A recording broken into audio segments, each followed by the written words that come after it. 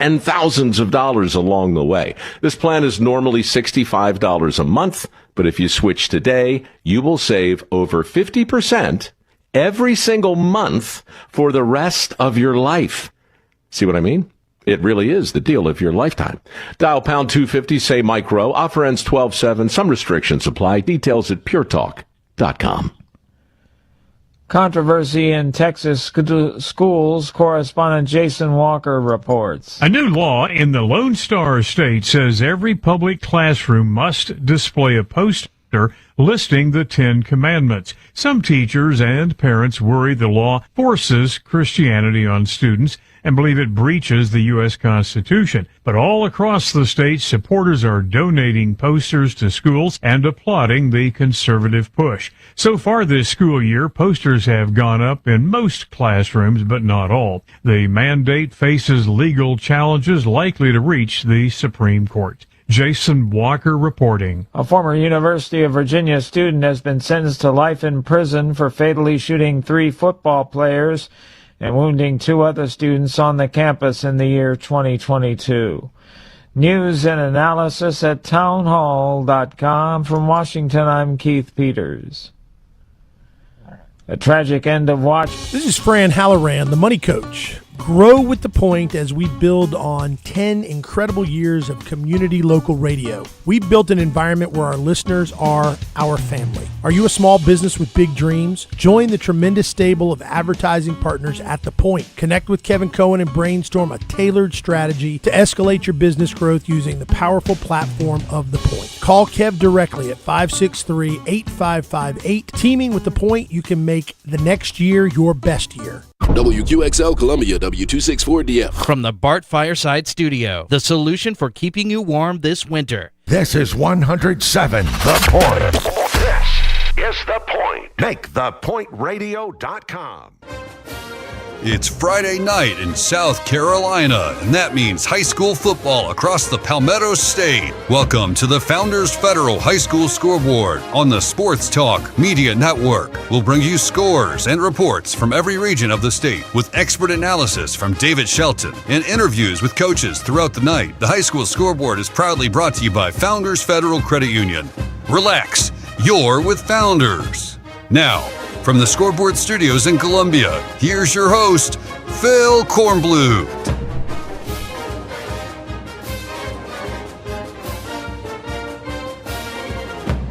And good evening, everybody. Welcome in. Welcome in to another edition of the High School Football Scoreboard, brought to you by Founders Federal Credit Union. What a night across the state. Be honest with you, a lot more blowouts than I thought we were going to have. David Shelton and I were talking on Sports Talk tonight. We talked about how many close matchups we thought we were going to have tonight. We got some, but we got a lot of blowouts out there. Tonight's winners are really flexing their muscle in a lot of different ways. So David will be joining us in just a little while to analyze everything for us. And we hope to be talking to a lot of different reporters covering games tonight, and also, of course, grabbing some happy coaches. This is a night, many Friday nights, coaches don't want to talk to us, even after a win. They're tired. They want to go home. They don't want to be bothered. This is a night that they want to talk to us here on the scoreboard, because a win tonight means you are playing for a berth in the state championship games next week. You'll be practicing on Thanksgiving, which is the goal every football season. Practice on Thanksgiving, that means you're playing in an upper or lower state final with a chance to go to a championship game the next week. So, got a great lineup for you. Let's go ahead and give you what we've got in terms of the final scores, class by class, and also we'll give you the in-progress scores as well. So, in 5A Division I, Dutch Fork shuts out Burns 21-0. How about that defense? Dutch Fork probably does not get enough credit for its defense because the offense has always kind of been the star, but their defense is always really, really good as well. And why shouldn't they be with that defensive front that they have? 21-0 over Burns. And Dorman is up big on Ridgeview. That game is late. That game is late. Let me see what my last update on that is. See if I can find my man up there. Mustin Kipasi. It was 28-6 in the third quarter. Dorman, I'm sure we can find a more recent update than that, and we will in a moment. So it looks like it'll be Dutch Fork and Dorman, Upper State 5A. Sumter and Carolina Forest. This has been a great game. Sumter, Carolina Forest, this has been a great game. We got a buddy, a friend, not a reporter, but a very smart, sportsy individual who is there giving us information. Carolina Forest was trailing. Somerville scored, went for two with about 10 minutes to go up, 29-28. Then Carolina Forest had the ball, and they threw an interception. That was about under 3 minutes to go. So Somerville, last update we got, Somerville has the ball late and a 1-point lead. So they're trying to nurse that baby home. Stratford James Island, we'll get an update in progress score on that. We don't have any finals in yet in 5A Division II, but we have some in progress scores we'll get to in a minute. In 4A, Upper State South Point beat AC Flora 56-14. We'll check the in progress scores for the others in a moment. In 3A, kind of shocking here, the margin of victory, Belton Honeypath, undefeated, and they take it to Woodruff tonight 34-3. All BHP 34-3. In the lower state, same thing, Oceanside Collegiate all over Dillon 42-0 tonight. We'll check the other two games there in progress in a moment. We've got everything in 2A, and this is a shocker.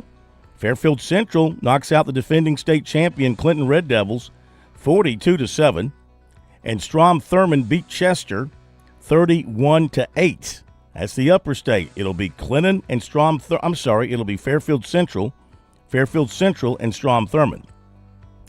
In the lower state, Hampton County, big over Manning, 56-6, and Central beats Philip Simmons 36-19. So Hampton County, that's a relatively new school formed just a couple of years ago.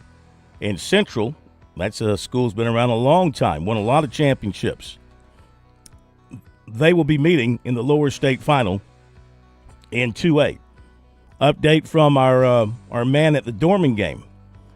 Final, Dorman 35, Ridgeview 14.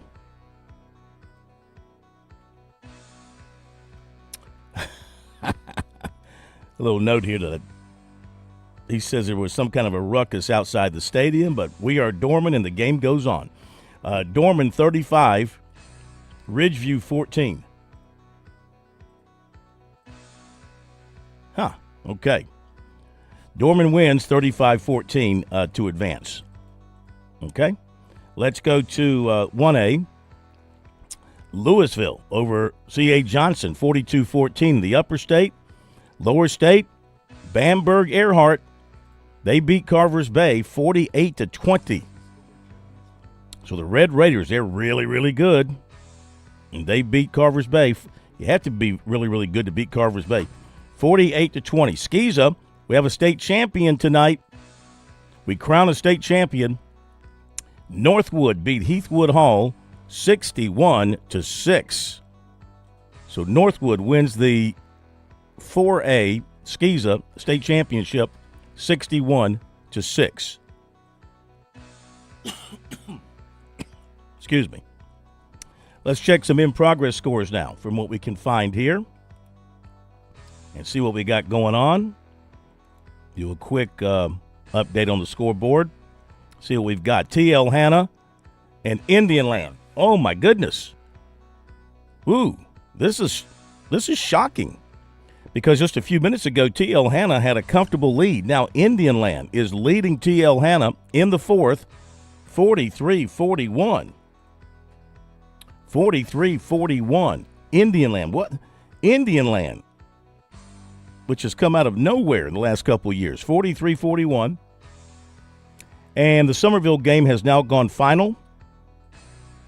and they win it 29-28 over Carolina Forest. Somerville wins it 29-28 over Carolina Forest. All right, we've got see what else we got here that's final. Irmo wins 28-14 over Whitenall.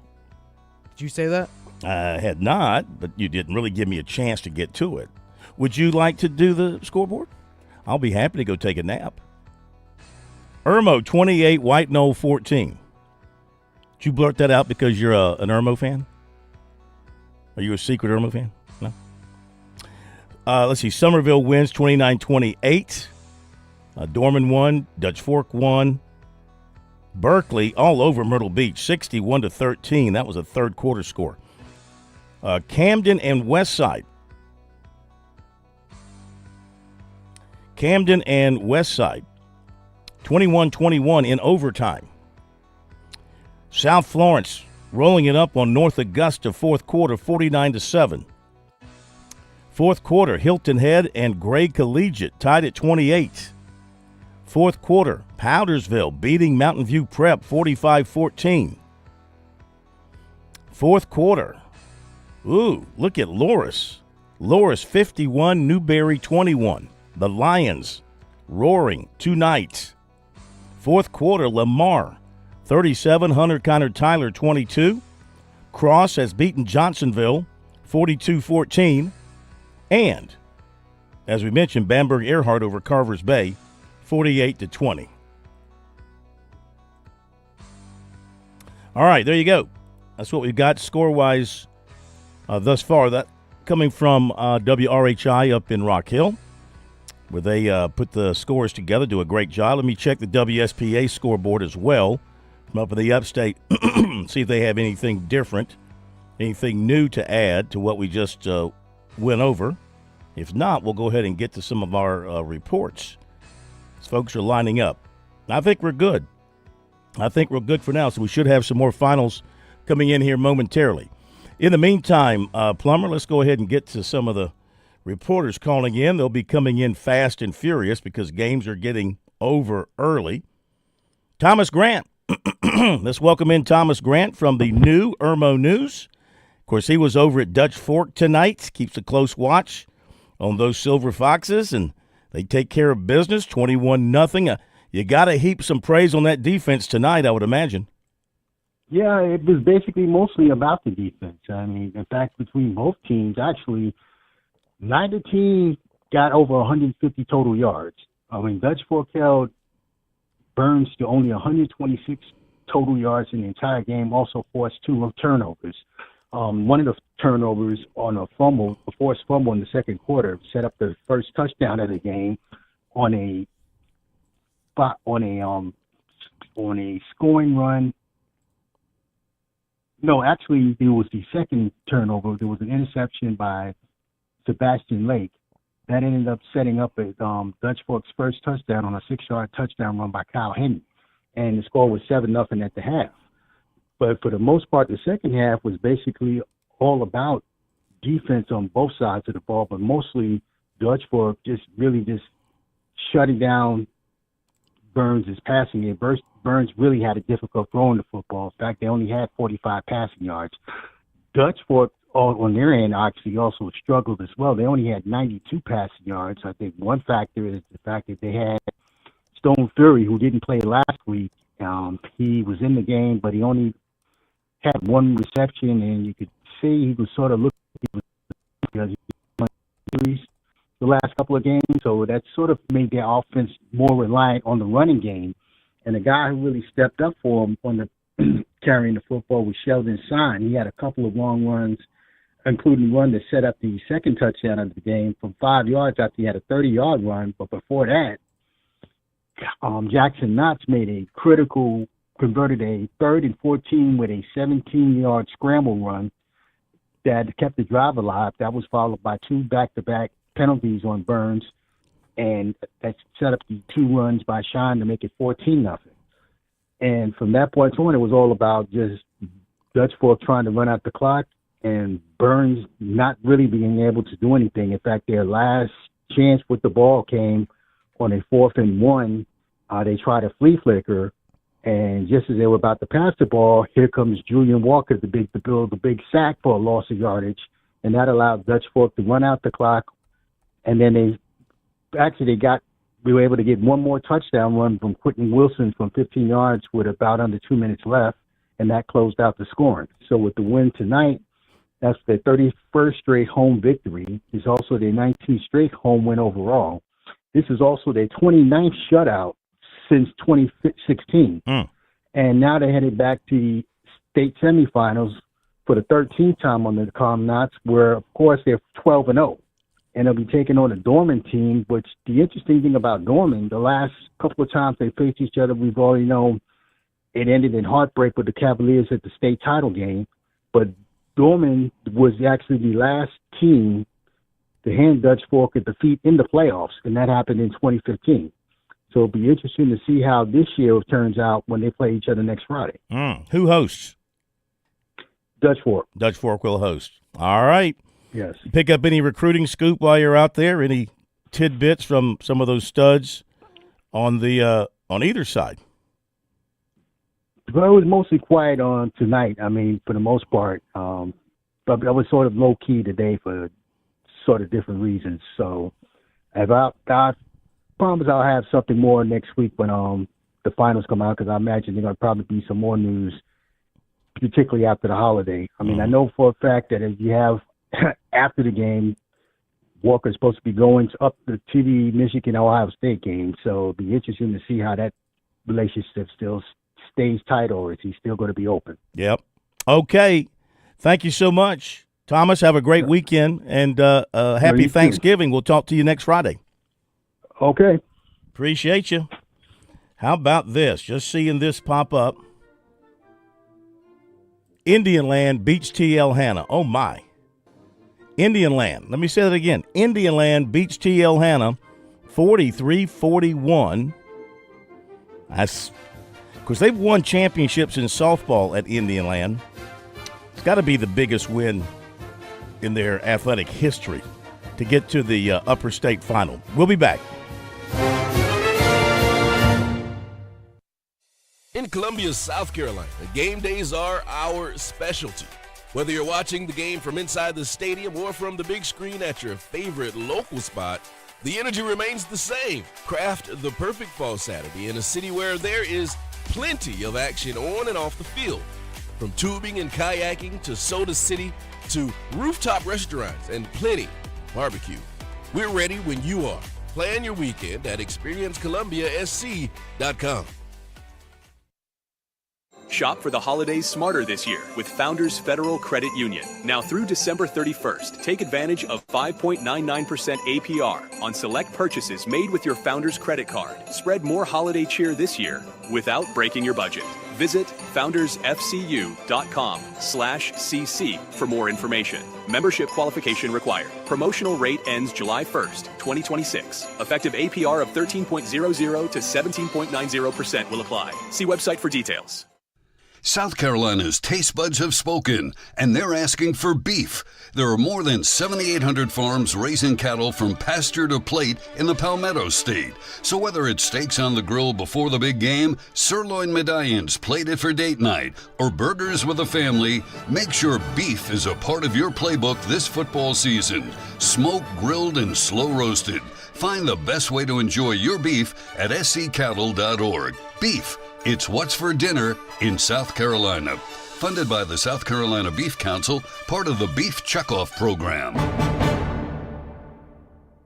Touchstone Energy Cooperative members save more on electricity, and members save more on insurance, groceries, healthcare, restaurants, travel, concerts, and sporting events through Co-op Connections. Touchstone Energy is an alliance of the member-owned electric cooperatives, and as a member, the power is yours. Experience the power of co-op membership with Touchstone Energy and find out how much you can save on electricity and a whole lot more at touchstoneenergy.com.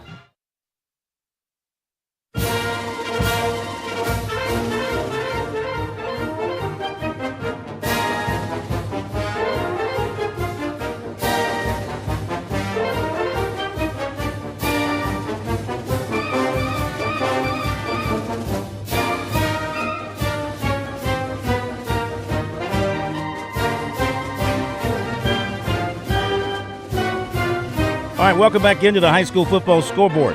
Across the state on the Sports Talk Media Network, brought to you by Founders Federal Credit Union. Let's catch you up. If you're just joining us, 5A Division I, Dutch Fork 21, Burns nothing.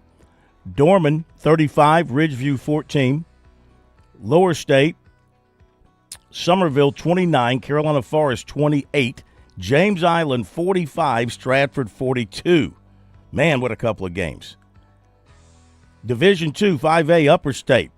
Northwestern has just beaten Gaffney 52-45. My goodness, 52-45. And Indianland beats TL Hanna 43-41. Oh, my gosh. Lower State, Irmo over White Knoll 28-14. Berkeley 61, Myrtle Beach 13. In 4A, South Point 56, AC Flora 14. Westside and Camden were in overtime, 21 all. Lower State, South Florence 49, North Augusta 14. Gray Collegiate 31, Hilton Head 28. Gray Collegiate 31, Hilton Head 28. 3A, Belton Honeypath 34, Woodruff 3. In Powdersville was beating up on Mountain View. They're going to advance. They're in the fourth quarter. 52-30 in the fourth quarter, Powdersville. Of course, nothing's safe tonight apparently, but it would appear that Powdersville is going to advance. Oceanside Collegiate Lower State beat Dillon 42-0. And Loris over Newberry 51-21. Double A, Fairfield Central 42, Clinton 7, and Strom Thurmond 31, Chester 8. Lower State, Hampton County 56, Manning 6, and Central 36, Philip Simmons 19. In 1A, Louisville 42, C.A. Johnson 14, Lamar 37, Hunter Connor Tyler 22. Lower State, Cross 42, Johnsonville 14, and Bamberg Earhart 48, Carvers Bay 20. Skeeza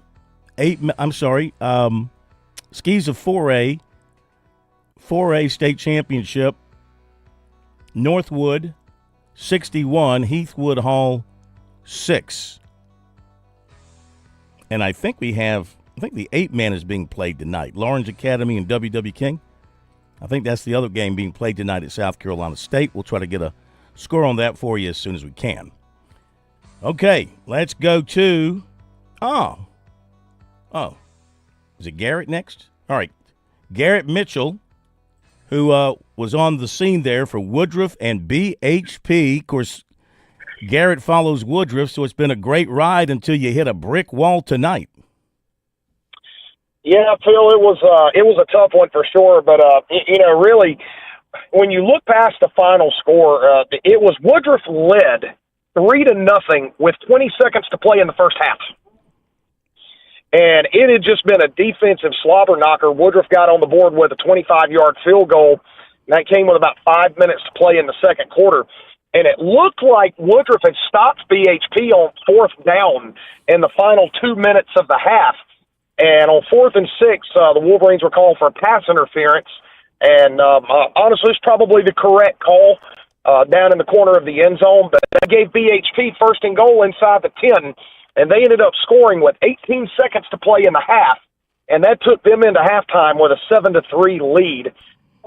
They got the ball start the third quarter. Woodruff defense stood them up again. But, look, credit to the Bears. Their defense is the real deal. And Woodruff could just never get anything going, couldn't get Gibson going. And, finally BHP was able to put a few more scores on the board, and things just kind of got away.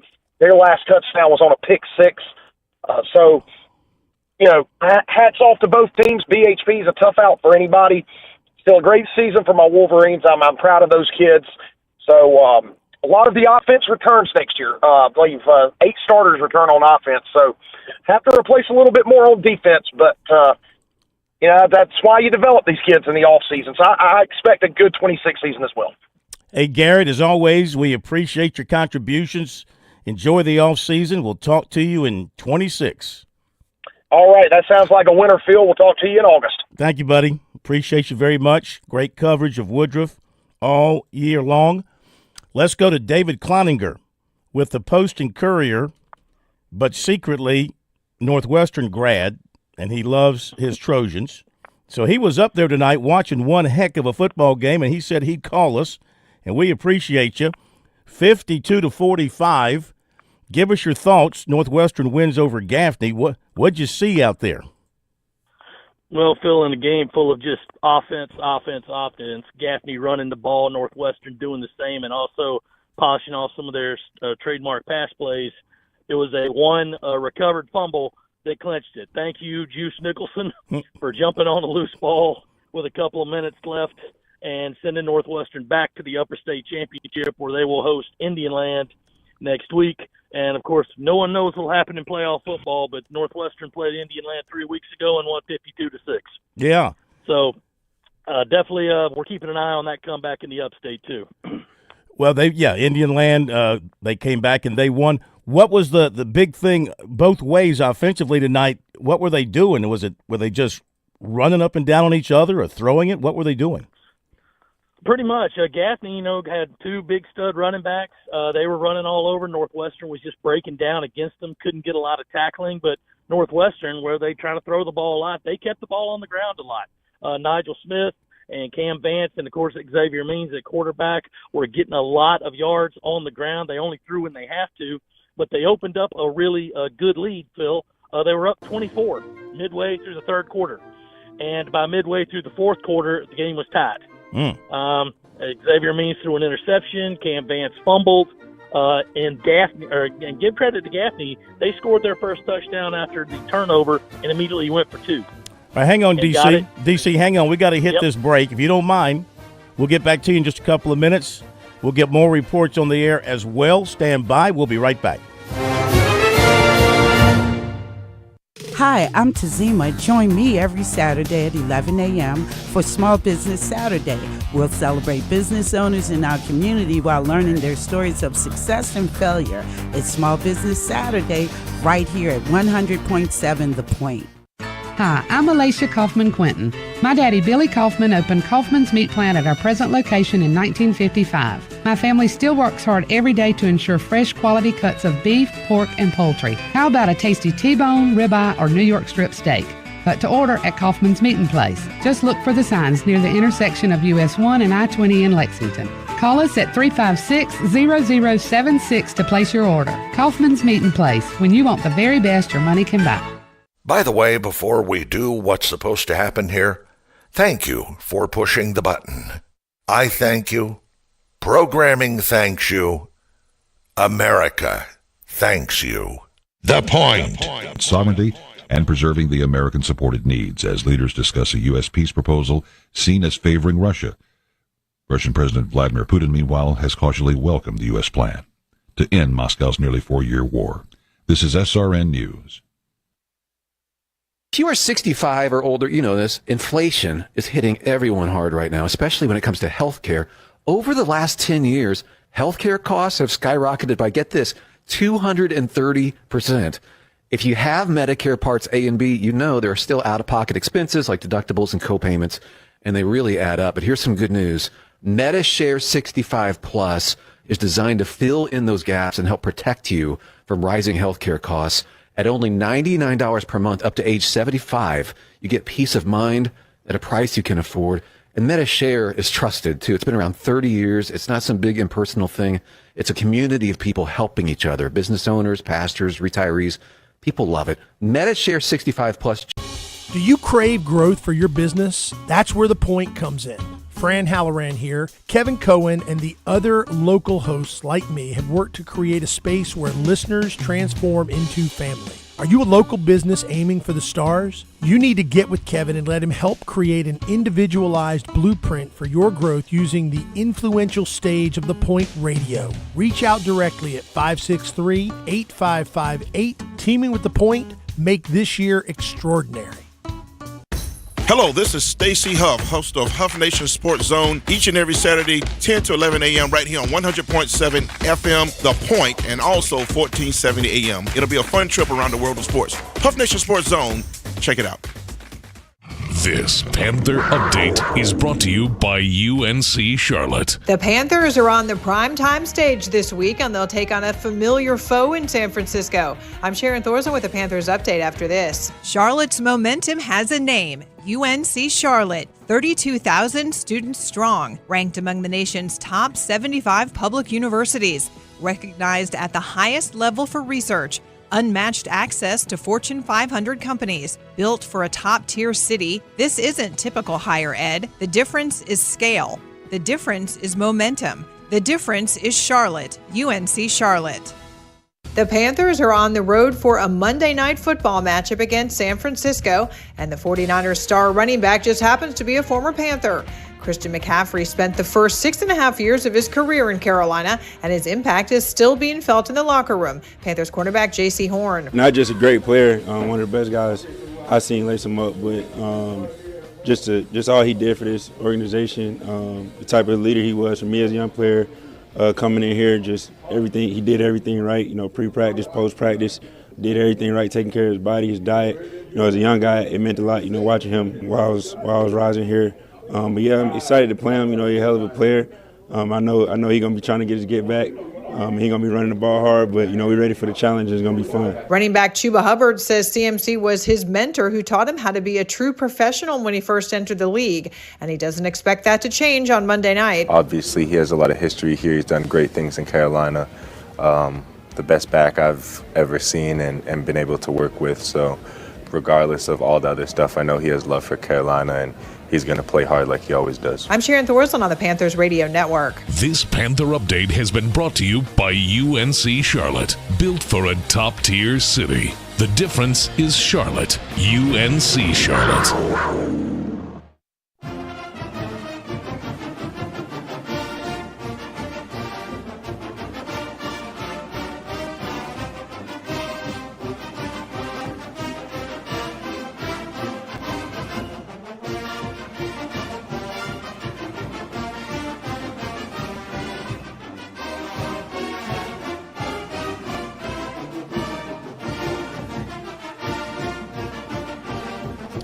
Okay, welcome back into the High School Football Scoreboard across the state, Sports Talk Media Network. We've got our final two finals in, and those are, let's see,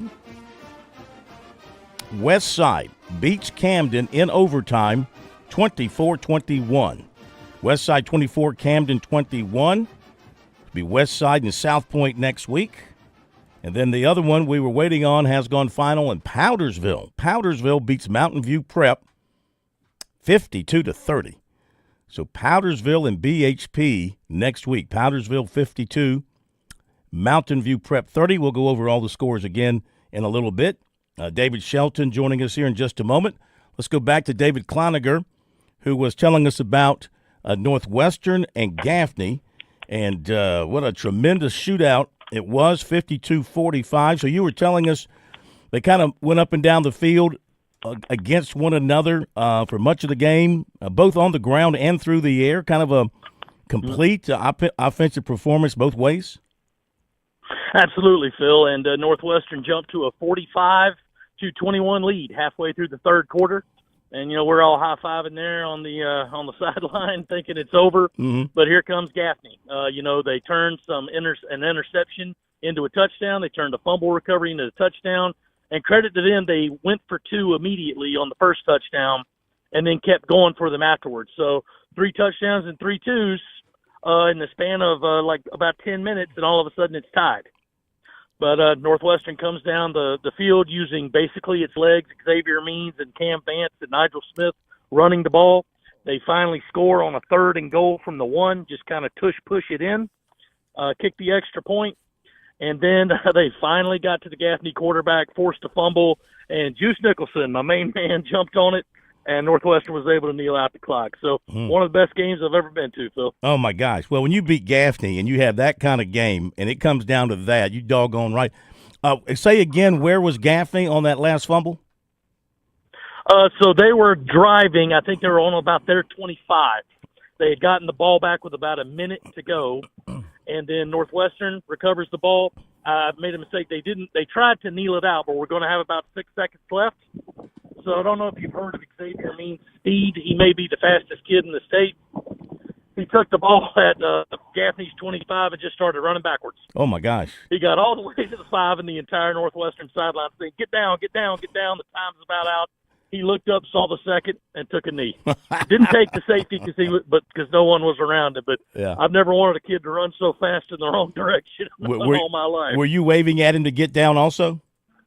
I was right there about on the other 20, just screaming, "Get down, get down, get down!" So it that's was great. a heck of a game, and Indiana comes to Rock Hill next week.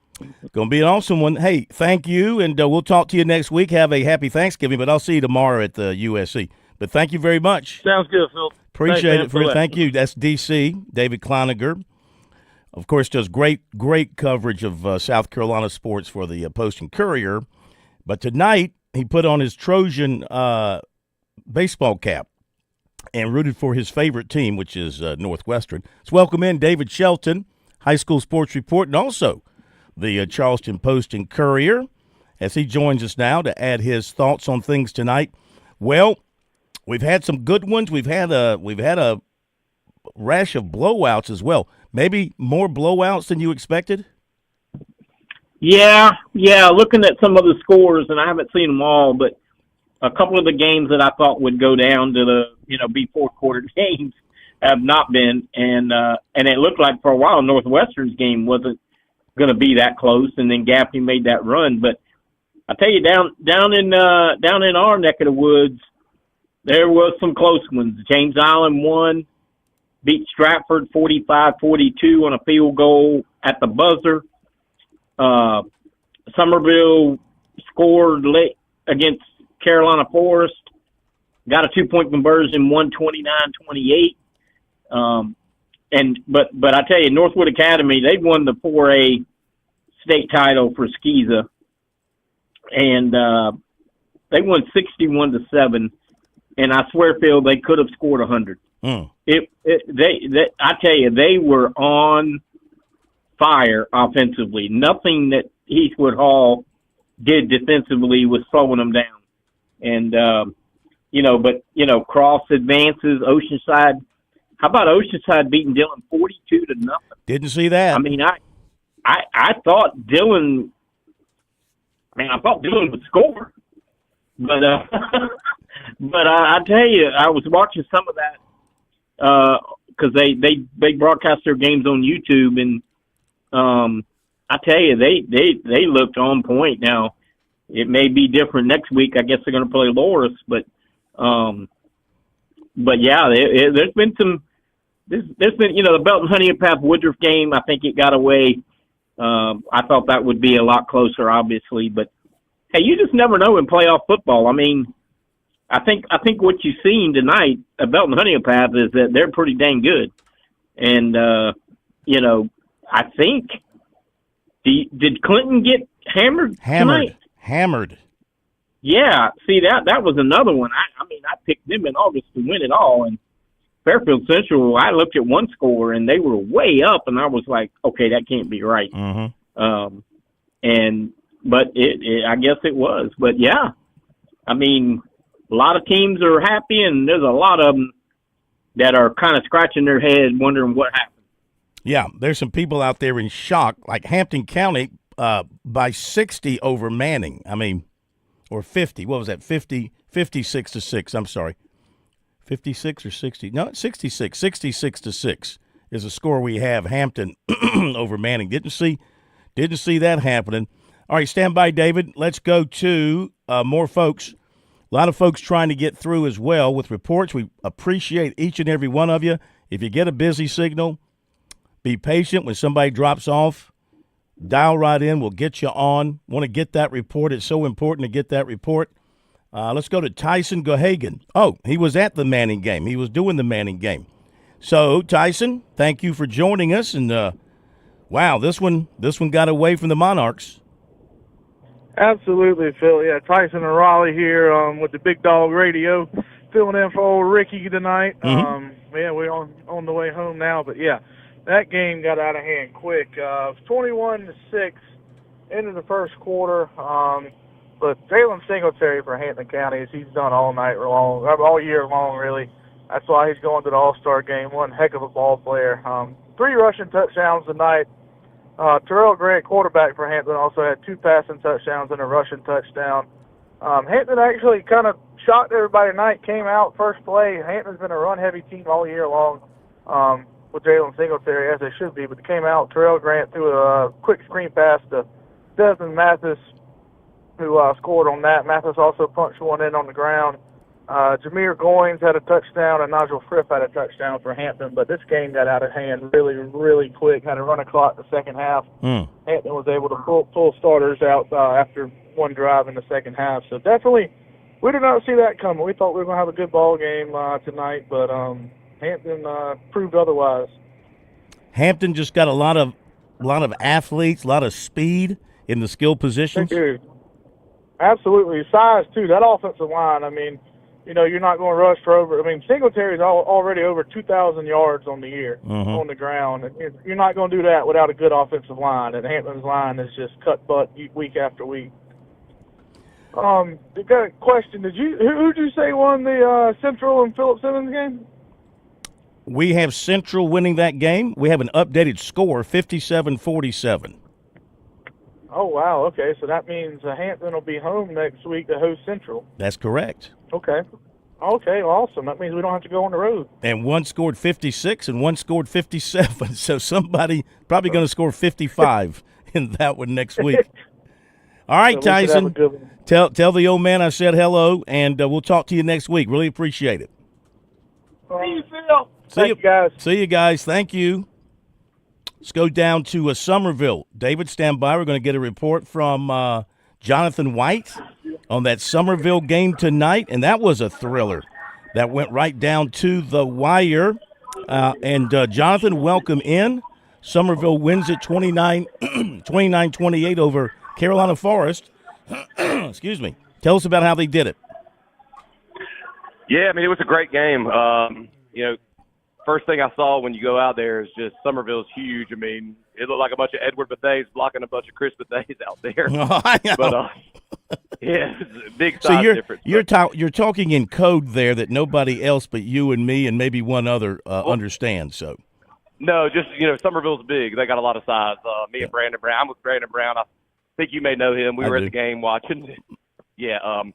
So, I mean, Carolina Forest came out swinging. They took the lead.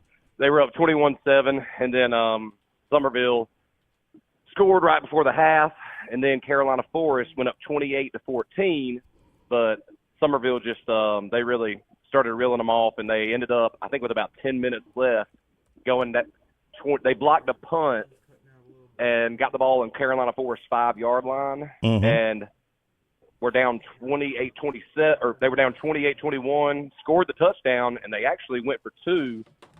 Carolina Forest almost had the sack to keep the lead at 28-27, but then Somerville threw it and scored. So they went up 29-28. Carolina Forest had a chance to come back, and man, they just had a lot of false starts and penalties down the line that hurt them. So Somerville was able to secure the victory. But I'm gonna tell you right now, they had a fight to win that game. Carolina Forest plays really hard, and yeah, they laid it on the line. They just couldn't hold it till the end because Somerville's really, really talented. Got a lot of dynamic guys that ended up making the difference. And there was an interception late that sealed the win for Somerville? Yeah, Somerville had it was really late. It was with the last drive, there was they rolled out to the right, Carolina Forest did, and they were pinned back pretty deep, but there was an interception, and the quarterback for Carolina Forest had actually had a huge run that had gotten them up near the 50-yard line, and all they needed was a field goal to win. But there was a holding call that took it was like they had it at the 50, and the holding call took them back to their own 10-yard line. So it was a massive play, massive call. So always a holding call. Always a holding call. Yeah, always. Hey, thank you, Jonathan, and thanks, Brandon, as well. Tell him thanks, and yes, sir. Appreciate it. We'll hear from you guys next week somewhere. You'll be on the road somewhere, yes, I'm sir. sure. Thank you, guys. I know. Thank you. David, how about Somerville hanging on and finding a way to win? Yeah, this was that's a good win because going on the road against a team, you know, they've handled Carolina Forest in the past, but you knew Carolina Forest was going to bring something different tonight, and they obviously did. But Somerville finds a way. I mean, you got to give them credit. You go on the road and you win a 1-point game in the third round of playoffs. I mean, that's storybook stuff. Mm-hmm. But I tell you what, next week, because Stratford lost, they will be at home. Somerville will be at home, and they will host James Island, and that is going to be a war. Yeah. The first game when they played in the regular season was 14-9, and it was raining the whole game.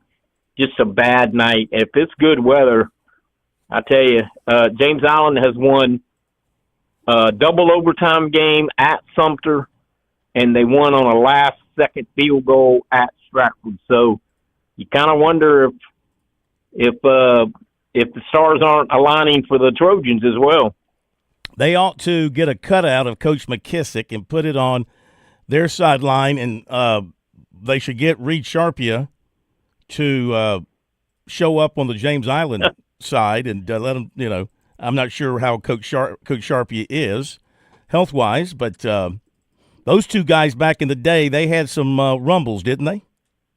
Yeah, James Island and Somerville they go way back. I know when Pascal Crosby was the coach, and then Wayne Sweeney went to James Island. But Somerville's beaten James Island a lot more than James Island has beaten Somerville. But it is a really good rivalry, and these two teams will get after each other next Friday night. I promise you.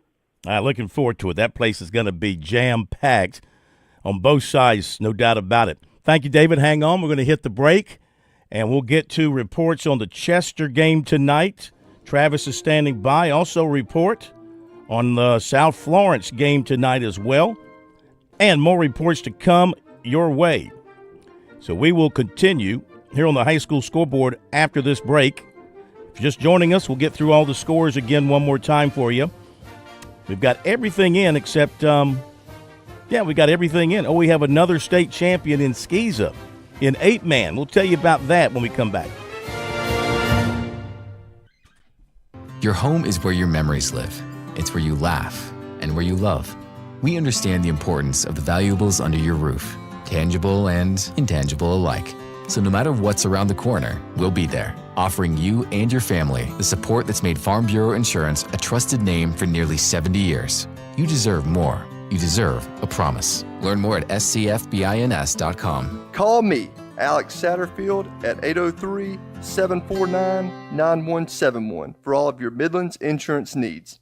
You work hard for your money. Shouldn't your money work hard for you too? Think about all the hours you've put in, the late nights, the early mornings, the dedication to your craft. Now imagine those dollars doing some of the heavy lifting for a change, growing quietly in the background while you focus on what matters most. Whether you're saving for a dream vacation, a new home, or just building a cushion for peace of mind, putting your money to work is one of the smartest moves you can make. Open a certificate at Founders Federal Credit Union and earn more with your savings. For a limited time only, Founders is offering 18-month certificates at 4.32% annual percentage yield and 18-month IRA certificates at 4.58% annual percentage yield. To get started, visit foundersfcu.com/dividend rates or one of our many convenient office locations. All you need is $500 to get started, but don't delay. These rates won't last. Open your certificate today. Your future self will thank you for opening a certificate at Founders. Federally insured by the NCUA. Membership qualification required. $500 minimum balance. 18-month term. Dividends compound quarterly. Terms and conditions apply. See website for details. Call Lawyer Lisa. Experience the difference with Lawyer Lisa. Hi, I'm Lisa Hosteller Brown. Did you know your will is designed for your assets to pass through the probate court? If you want to keep your loved ones out of court, a revocable trust is a great place to start. Visit lawyerlisa.com for more information and to see how we can help. Call Lawyer Lisa. Experience the difference with Lawyer Lisa. 7511 St. Andrews Road, Irmo, South Carolina. Straight Up Sports is simply all sports all the time. Straight Up Sports is a collection of retired and award-winning sports writers and sports broadcasters from around South Carolina, like Bob Gillespie from the State Newspaper, Scott Kiefer from the Greenville News, and Marv Sturgis from ESPN Upstate. Straight Up Sports is about the stories, just like the days gone by with no editors nor managers involved. Check us out on Facebook or Twitter or online at straightupsports.net. Many of South Carolina's top high school seniors meet in one unforgettable showdown in Myrtle Beach. It's the 78th Annual Touchstone Energy Cooperatives Bowl. Hi, I'm Phil Kornbluth. Join me Saturday, December 13th at noon, live on your Sports Talk Media Network affiliate and streaming on all of our social media channels. Don't miss the pride, the passion, and the tradition of the Touchstone Energy Bowl, powered by your local Touchstone Energy Cooperatives. Get your tickets now at touchstoneenergybowl.com.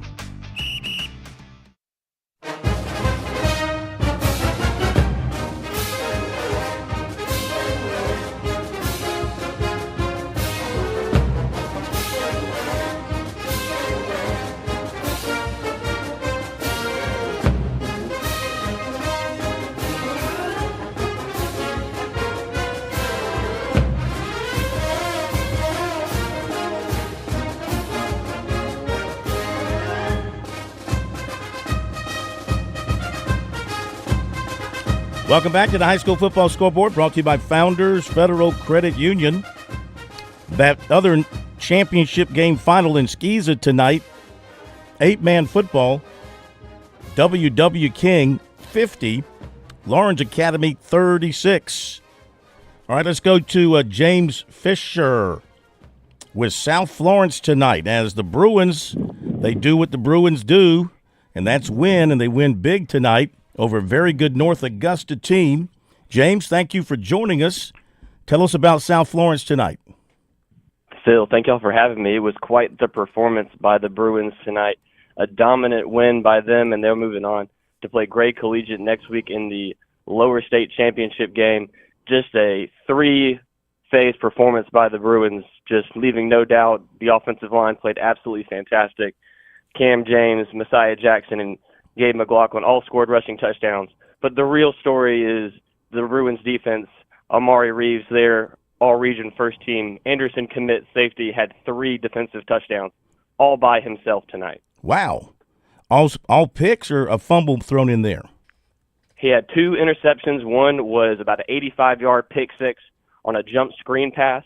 He jumped another one when the Yellow Jackets were backed up deep in their own territory, jumped a little curl route, and then ripped the ball out for a 45-yard scoop and score. Wow. So the Bruins are they're not only dynamic on offense, but they can hurt you on the defensive side. Defense is probably a little bit overlooked because they're usually so good on offense. Absolutely, yes. This team is definitely underrated. I know a lot of the talk coming into this year was how they were going to be able to replace so much of the talent they've lost the past couple of years. But Coach Marla really has not lost a step with this team. No doubt. We thank you very much, and you guys will be hosting, I'm assuming, next week? Yes, sir. They will be hosting Gray Collegiate at home next week. We will be doing the call for that game on 96.3 ESPN Radio in Florence. Outstanding. Look to hear from you next week.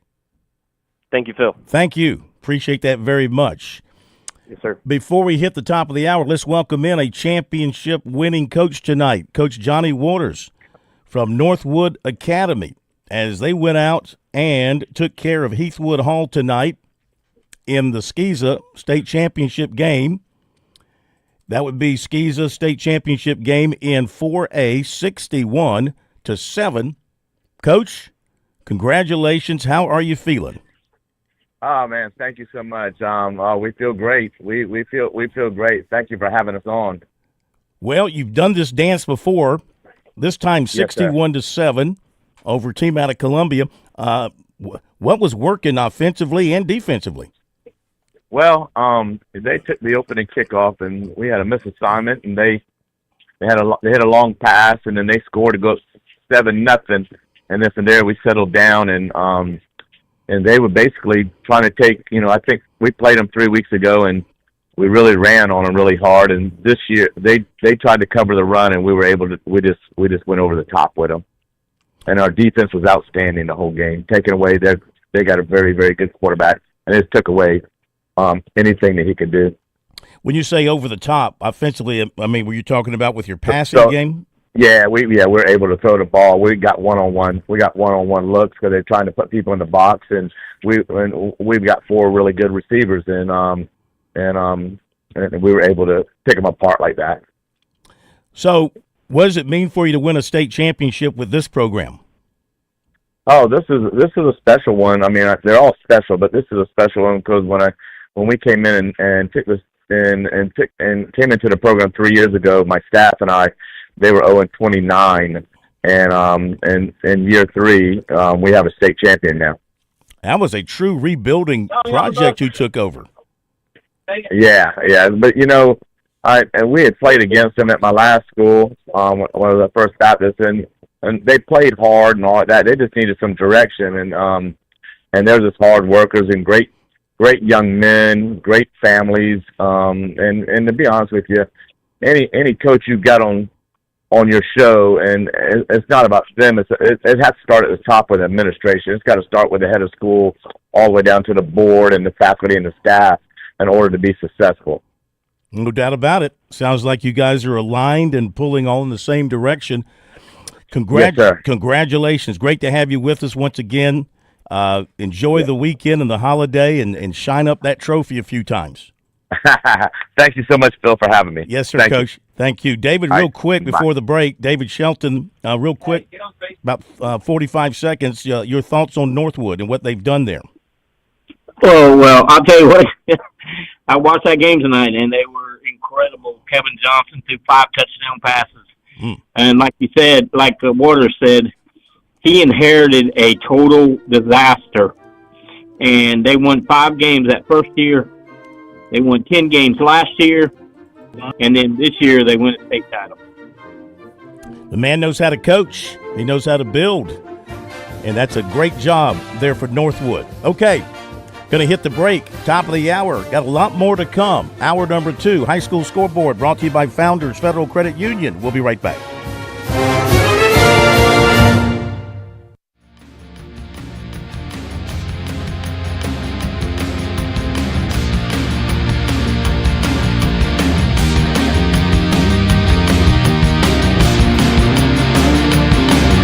WQXL Columbia, W264DF. From the Bart Fireside Studio, the solution for keeping you warm this winter. This is 107 The Point.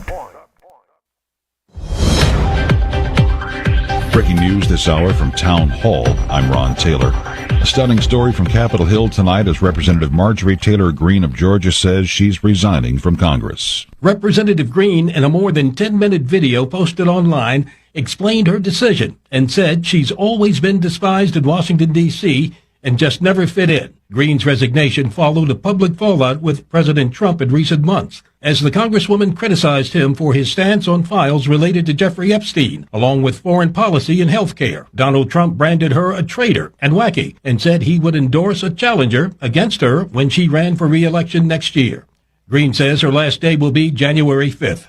Bill Alexander, Washington. President Trump has met with New York City Mayor-elect Zoran Mamdani at the White House. Mamdani says they discussed ways of working together despite past differences. What I really appreciate about the president is that the meeting that we had focused not on places of disagreement, which there are many, and also focused on the shared purpose that we have in serving New Yorkers. And President Trump responded by saying, "The better he does, the happier I am. I will say there's no difference in party. There's no difference in anything. And we're going to be helping him to make everybody's dream come true, having a strong and very safe New York." The Supreme Court has temporarily blocked a lower court ruling that found Texas' 2026 congressional redistricting plan likely discriminates on the basis of race. The order signed earlier today by Justice Samuel Alito will remain in place at least for the next few days, while the court considers whether to allow the new map favorable to Republicans to be used in the midterm elections. More swings hit Wall Street, except it finished higher this time after bobbing up and down Friday morning. The S&P 500 took off and rallied nearly 2% before finishing with a gain of 1%. The Dow Jones Industrial Average climbed 1.1%. The Nasdaq rose 0.9%. News and analysis found at townhall.com. I'm Ron Taylor. Everyone is watching major movements ripple through the markets these days, sparked by new policy shifts out of Washington, elections around the country, and activity from the Federal Reserve. Americans have faced uncertainty before, and every time we've found our footing again. The real secret to long-term financial peace is simple. Keep your eyes on the horizon and understand the fundamentals that drive real stability. That's exactly why Advantage Gold is inviting you to call 800-741-GOLD right now. We'll send you a free Gold IRA rollover kit, along with a complimentary copy of economist Ken Rogoff's insightful book, Our Dollar, Your Problem. Inside, you'll learn how to defend your retirement savings against inflation, market swings, and reckless fiscal policies with tangible assets like precious metals that have preserved wealth for centuries. It's no wonder Advantage Gold has been America's #1 gold company for the past decade. Take a smart step toward protecting what you've earned. Call 800-741-GOLD. That's 800-741-4653. Consult your financial advisor before investing. Call 800-741-GOLD. A man with a knife is shot and killed by police at a St. Louis airport earlier today. St. Louis County Police spokesperson Vera Clay said that at about 1 a.m., officers at the St. Louis Lambert International Airport noticed a person in an area where he shouldn't have been and refused to leave. Clay said when officers tried to get him to move, he showed them a knife. Officers used tasers, but the man continued to advance towards them. She said an officer then fired his gun, fatally wounding the man. There were no other injuries. I'm Haya Panjwani. The information needed to decipher a secret message in a sculpture at CIA headquarters has sold at auction for nearly $1 million. RR Auction of Boston announced Friday an archive owned by artist Jim Sanborn was sold to an anonymous bidder for $963,000. The archive includes documents and coding charts for the sculpture Kryptos, dedicated in 1990. Breaking news at townhall.com. Brazil is cheering President. Hello, this is Stacy Huff, host of Huff Nation Sports Zone, each and every Saturday, 10 to 11 a.m. right here on 100.7 FM, The Point, and also 1470 a.m. It'll be a fun trip around the world of sports. Huff Nation Sports Zone, check it out. WQXL Columbia, W264DF. From the Bart Fireside Studio, the solution for keeping you warm this winter. This is 107 The Point. Answering the call. Running in when everything you feel says run out. Pushing yourself beyond your known limits to help. Living to tell the story. Visit scvolunteerfire.org. This is The Point. Make thepointradio.com. It's Friday night in South Carolina, and that means high school football across the Palmetto State. Welcome to the Founders Federal High School Scoreboard on the Sports Talk Media Network. We'll bring you scores and reports from every region of the state with expert analysis from David Shelton and interviews with coaches throughout the night. The High School Scoreboard is proudly brought to you by Founders Federal Credit Union. Relax, you're with Founders. Now, from the Scoreboard Studios in Columbia, here's your host, Phil Kornbluth. We are back on the High School Football Scoreboard on this Friday night, brought to you by Founders Federal Credit Union. Great to have you with us. Appreciate all the reporters who've checked in with us so far tonight. Many more to come. David Shelton is with us as well. If you have been out and about, not able to catch everything, you're wondering, okay, how did this game turn out? How did that game turn out? Let's give you everything through the state one more time here. Then we'll get back to our reports. 5A Division I Upper State, Dutch Fork 21, Burns nothing, and Dorman 35, Ridgeview 14. Lower State, Somerville 29, Carolina Forest 28, Stratford 40, make that James Island 45, Stratford 42, James Island 45, Stratford 42. 5A Division II, Northwestern 52, Gaffney 45, Indian Land 43, TL Hanna 41, Lower State, Irmo 28, White Knoll 14, Berkeley 61, Myrtle Beach 13. 4A, South Point 56, AC Flora 14, in overtime, Westside 24, Camden 21. Lower State, South Florence 40, North Augusta 14, Gray Collegiate 31, Hilton Head 28. 3A Upper State, Powdersville 52, Mountain View Prep 30, Woodruff and BHP 34, Woodruff 3. Lower State, Oceanside Collegiate 42, Dillon nothing. Loris 51, Newberry 21. 2A, Upper State, Fairfield Central 42, Clinton 7, Strom Thurmond 31, Chester 8. Lower State, Hampton County 56, Manning 6, Central 57, Philip Simmons 47. 1A, Upper State, Louisville 14, C.A. Louisville 42, Louisville 42, C.A. Johnson 14, Lamar 37, Hunter Connor Tyler 22. Lower State, Cross 42, Johnsonville 14, Bamberg Earhart 48, Carvers Bay 20. Skeeza Championships 4A, Northwood 61, Heathwood Hall 7, 8-man, W.W. King 50, Lawrence Academy 36. Tomorrow, 3A, Pinewood Prep and Wilson Hall. 2A, Bethesda PD.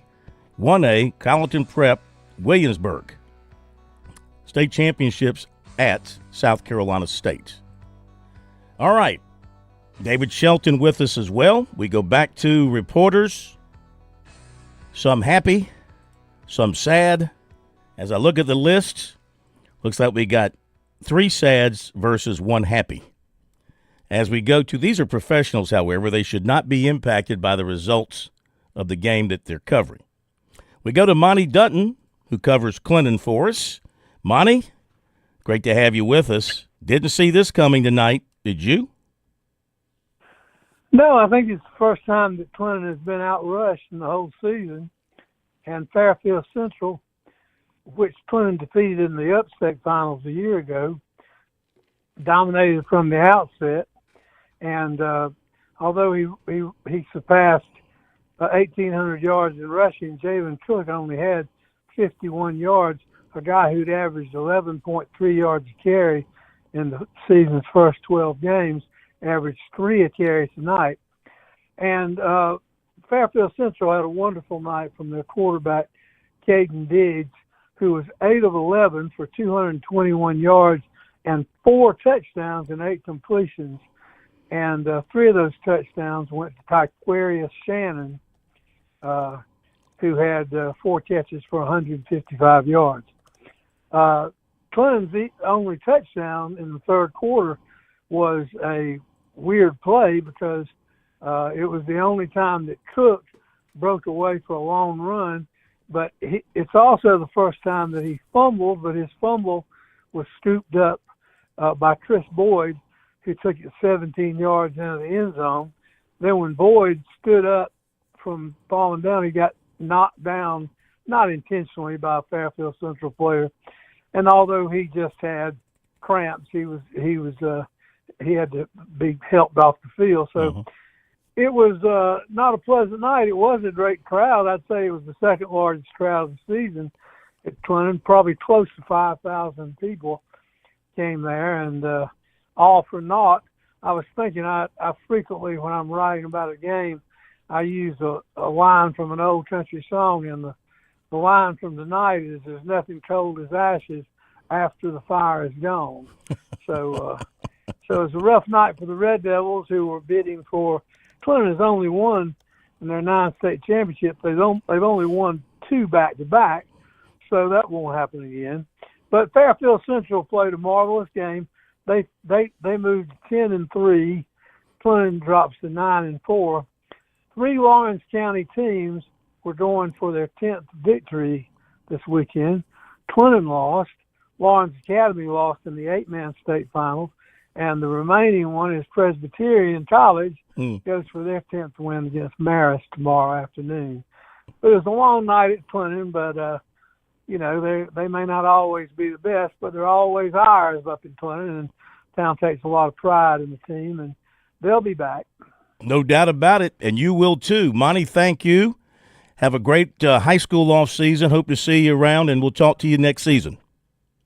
All right, Phil. Much obliged. Thanks for having me. Thank you. Yeah, this is the sad, David Shelton, this is the sad part of this job, is having to say goodbye to people we've been talking to all season long when their season comes to an end. It's moving. It's emotional. Yeah. Saying goodbye is very hard. By the way, I got a text message here about Reed Sharpia, who I'm told is doing well, will be at Newberry tomorrow to watch his grandson, who's the quarterback of the Wolves against Kentucky State, and he will be in the stands at Somerville for the James Island game next Friday. His youngest son, Ryan, is the OC for Somerville. Oh, that's right. I forgot about that. Mm-hmm. So thank you for that text message. That's awesome. That's great to hear. What a year he's having with his family, his grandson and his son, doing some great things. Okay, let's go to Kevin. Four? Okay, Hugh Gray.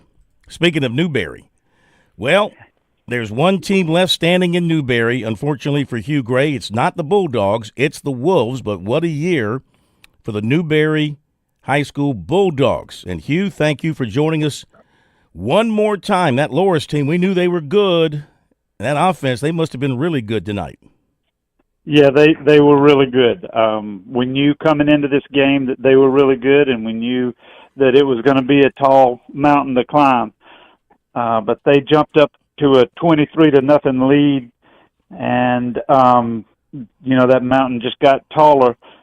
Finally, with about 1:17 to go in the half, Kenton Caldwell took a 6-yard run into the end zone to get Newberry on the board, and then Loris comes right back, a 2-play 80-yard drive to score to make it 30-7.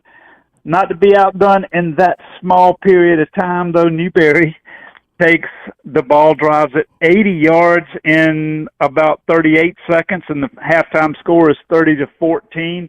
Kind of felt like maybe Newberry was starting to click a little bit, maybe could make some halftime adjustments and that kind of thing.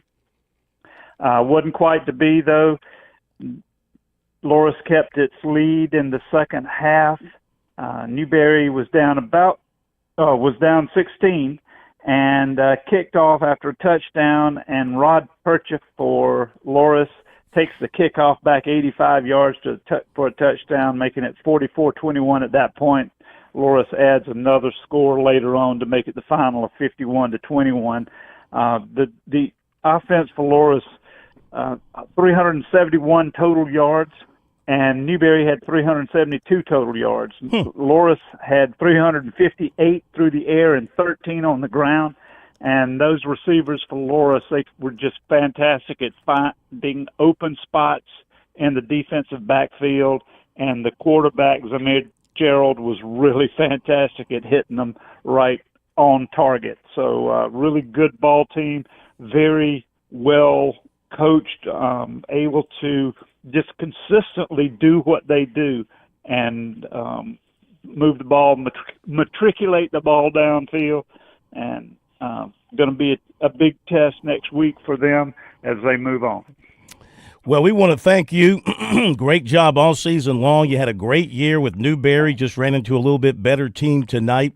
Newberry will be back, and hopefully you will be as well. Have a great off season. We'll talk to you in 26. All right. Thank you, Phil. Take care. Thank you, Hugh. David, thoughts on Loris? I mean, the Lions, they've been great all year. As always, seemed like they always had a stumbling block along the way, and now it looks like they are the stumbling block.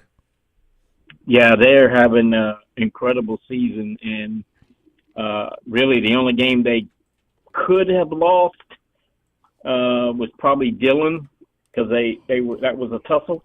But them in Oceanside next week, it's going to be some offense in that game. Yes, it will be. Okay, let's go to Justin Mathis. Justin Mathis with Dorman, with the broadcast crew from Dorman.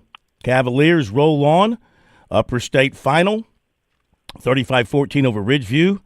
And they get to come to Columbia to play Dutch Fork next week. Okay, Justin, how good were the Cavs tonight? I'm pretty dang good tonight, Phil. Got off to a little bit of a tough start. You got to hand it to Ridgeview out of the gate that Dorman deferred, wanted to go on defense first as for what they like to do. and Ridgeview took the opening drive and went down the field and scored, and went up 6-0 at the 9:40 mark in the first quarter, as Spencer Bobian punched it in on a 7-yard run. On that drive, the Blazers were able to find a gap in that little outside zone down the visitor sideline. But the thing is, after the touchdown, Ridgeview lined up and went for 2, and Dorman blew that play up. And if you ask me, Phil, that kind of is where the momentum began to shift a little bit. So I'm not being critical, just stating an observation from my vantage point on the field tonight. So then Dorman ends up, it takes until the second quarter as Meek Slidell, the quarterback for Dorman, faked everyone and their fourth cousin out of their shoes on a option keeper. Pitt rattled off a 34-yard gain down to the 7-yard line, which set up a Jabez Thomas touchdown run out of the Gator package, not Gator, Gator, which put Dorman ahead 7-6 and gave them a lead they ultimately wouldn't relinquish. Also, shout out to Dorman senior tight end Camden Miller, excuse me. Meek Slidell made a pass falling away to the end zone, and honestly, Phil, on initial reaction, it looked like Ridgeview picked it off. Then all of a sudden you look and you saw Miller celebrating in the end zone, and he had the football in his hands, which was unbelievable. That's Miller's second touchdown reception of the year, which made it a 14-6 game. And then Dorman then quickly scored another touchdown, make it 21-6 with 43 seconds left in the half.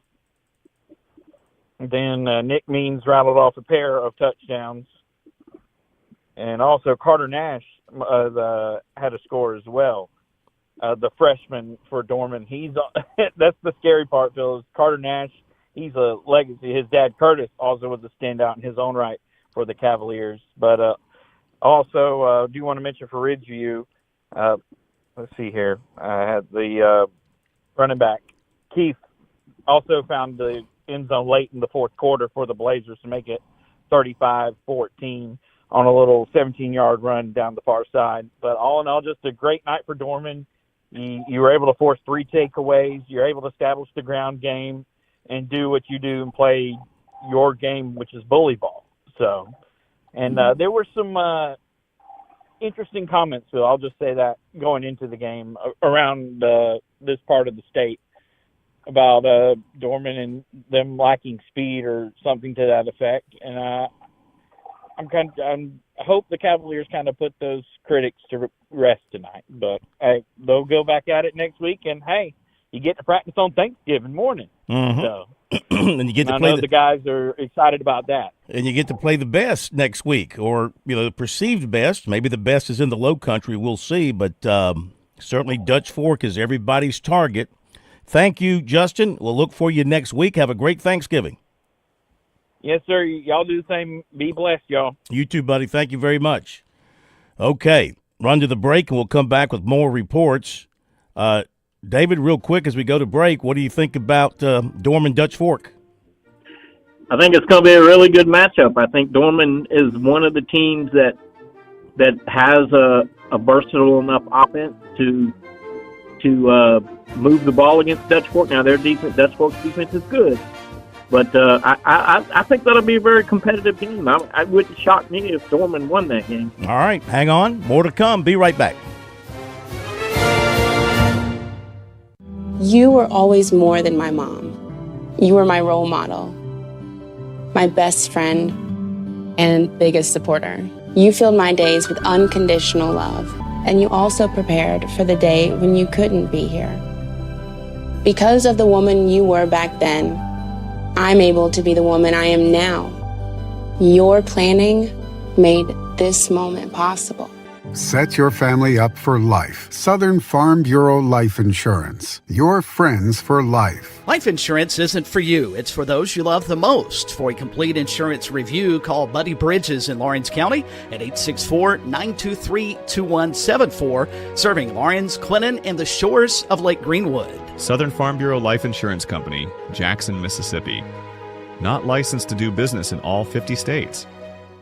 Are you in the market for an auto loan? Move now. Get an auto loan from Founders Federal Credit Union by December 31st for a chance to win up to $25,000 toward your qualifying loan and a $5,000 deposit into your Loyalty Select account. And the best part? We'll be choosing monthly winners, so the earlier you get an auto loan, the more chances you have to win. Visit foundersfcu.com/auto to learn more. Terms and conditions apply. Membership qualification required.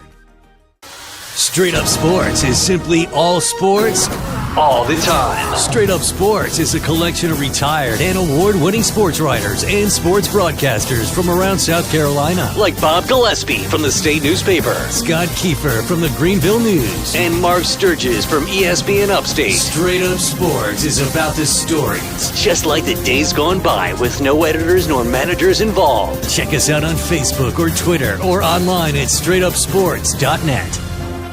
When South Carolina's best high school football players take the field at the Touchstone Energy Cooperatives Bowl, they're backed by a powerful team of their own. As proud title sponsors, your local co-ops celebrate more than just a game. It's a tradition where talent shines, where teamwork matters, and where community spirit takes center stage. Don't miss the 78th Touchstone Energy Cooperatives Bowl, December 13th at Doug Shaw Memorial Stadium in Myrtle Beach, powered by your electric cooperative.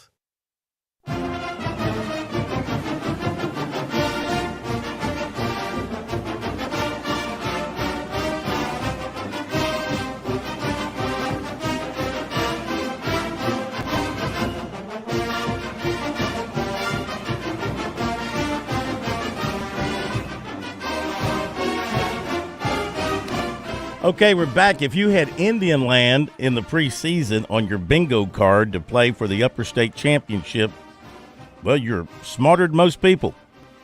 Let's welcome in Kevin Selman, voice of the T.L. Hanna Yellow Jackets. They go down 43-41 to Indian Land tonight at home. Kevin, welcome in. That had to be a tough one.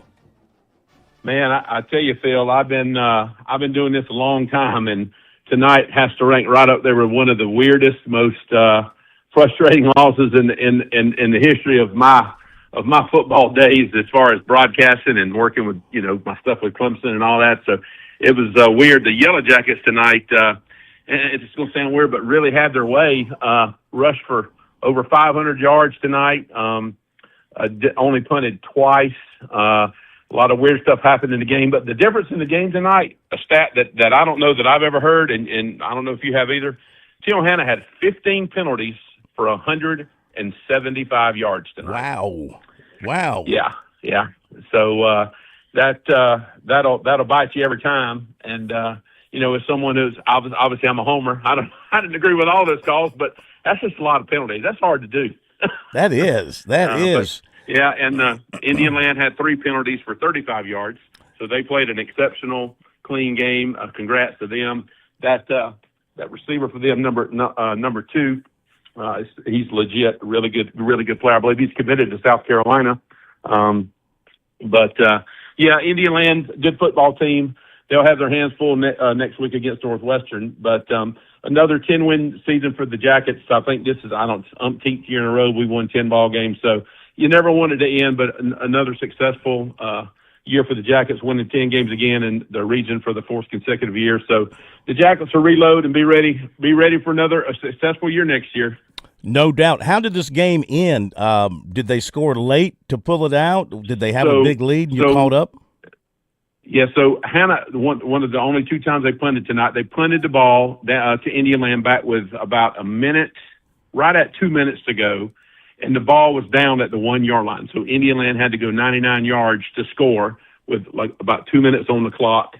And they had they dropped back and threw a deep ball, and it was underthrown. So the receiver came back to catch the football and ended up, and they were out about the 10 or 12 yard line by then, but came back to receive the foot and ran it all the way down, scored with like a minute 40 left to go. And then Hanna got the ball with down by 2 that actually missed the extra point. So you're thinking if you're Hanna, a field goal could win the game if you can get down there to kick it. And but we weren't able to get down there, and a lot of that last drive was aided by penalties, which I can't say they were it is what it is. They wouldn't have thrown the flag if they didn't see something, I don't guess. But a tough night, bittersweet loss. But it is what it is, and we'll be ready to roll again next year. I know you will be, and we thank you for your coverage all season long, and enjoy your day tomorrow in the Valley and your Thanksgiving, and we'll be talking to you in 26. Yeah, Phil. Before I go, I want to give a shout out. I'll be pulling double duty tomorrow. Mm-hmm. I'll be in Columbia tomorrow. My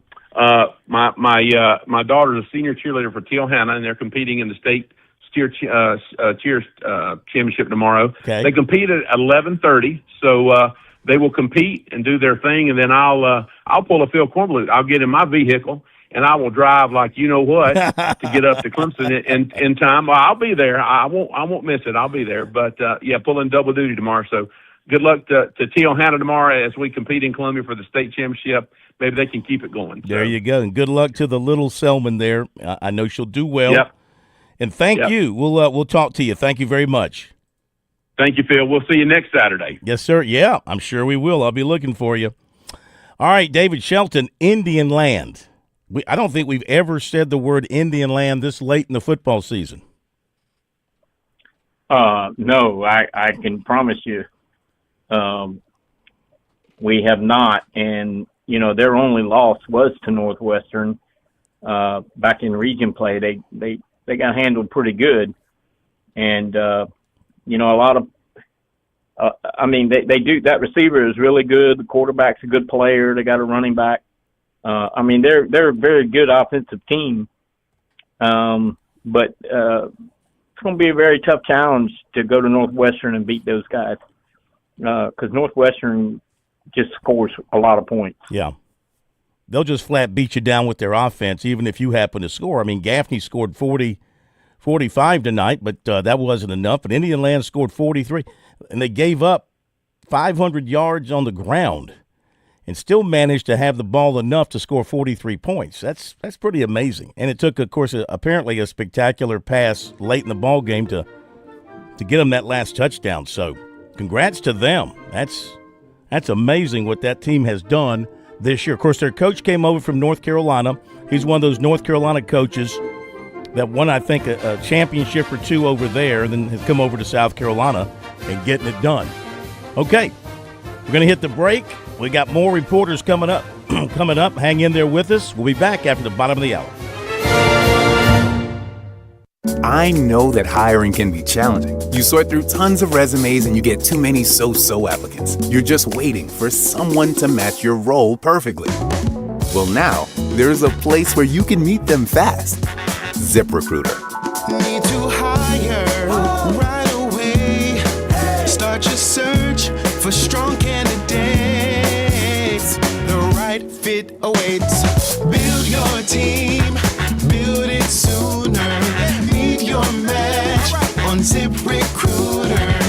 Just head to ZipRecruiter.com/free right now to try it for free. And you're on your way to meeting your match. 4 out of 5 employers who post on ZipRecruiter get a quality candidate within the first day. So try it now. Go to ZipRecruiter.com/free. Once again, that's ZipRecruiter.com/free. Meet your match on ZipRecruiter. Try it free. Serving the American. With SRN News, I'm Ron Taylor. Representative Marjorie Taylor Greene of Georgia says she's resigning from Congress. In a more than 10-minute video posted online, she explained her decision and said she's, quote, always been despised in Washington, D.C. and just never fit in, unquote. Greene's resignation followed a public fallout with President Trump in recent months as the Congresswoman criticized him for his stance on files related to Jeffrey Epstein, along with foreign policy and even health care.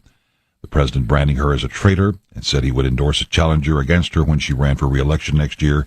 Her last day will be in early January. Ukrainian President Vladimir Zelensky has told his country that it could face a pivotal choice between standing up for its sovereignty and preserving the American-supported needs as leaders discuss a U.S. peace proposal seen as favoring Russia. A St. Louis County police officer shot and killed a man wielding a knife at the St. Louis Lambert International Airport Friday, according to authorities. This is SRN News. Want to hear my success story? I'm Fran Halloran, the money coach. I'm celebrating a decade of partnering with The Point. It's one of the best decisions I ever made.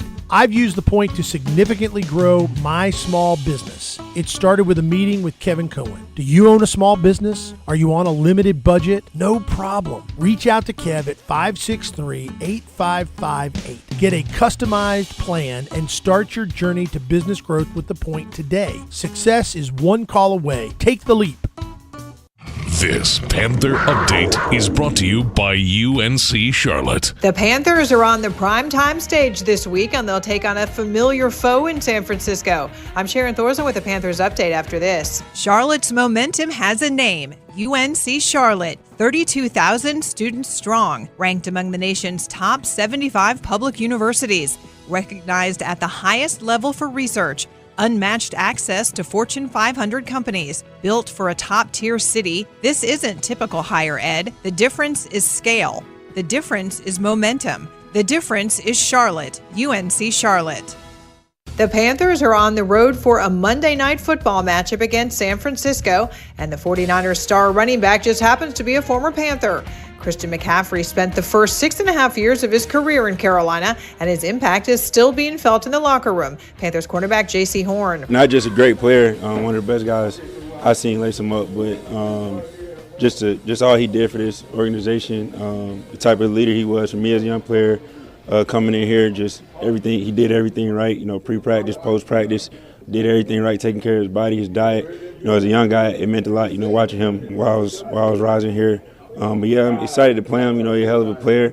I know he's gonna be trying to get his get back. He's gonna be running the ball hard, but we're ready for the challenge. It's gonna be fun. Running back Chuba Hubbard says CMC was his mentor who taught him how to be a true professional when he first entered the league, and he doesn't expect that to change on Monday night. Obviously, he has a lot of history here. He's done great things in Carolina. The best back I've ever seen and been able to work with. So regardless of all the other stuff, I know he has love for Carolina, and he's going to play hard like he always does. I'm Sharon Thorson on the Panthers Radio Network. This Panther Update has been brought to you by UNC Charlotte, built for a top-tier city. The difference is Charlotte, UNC Charlotte.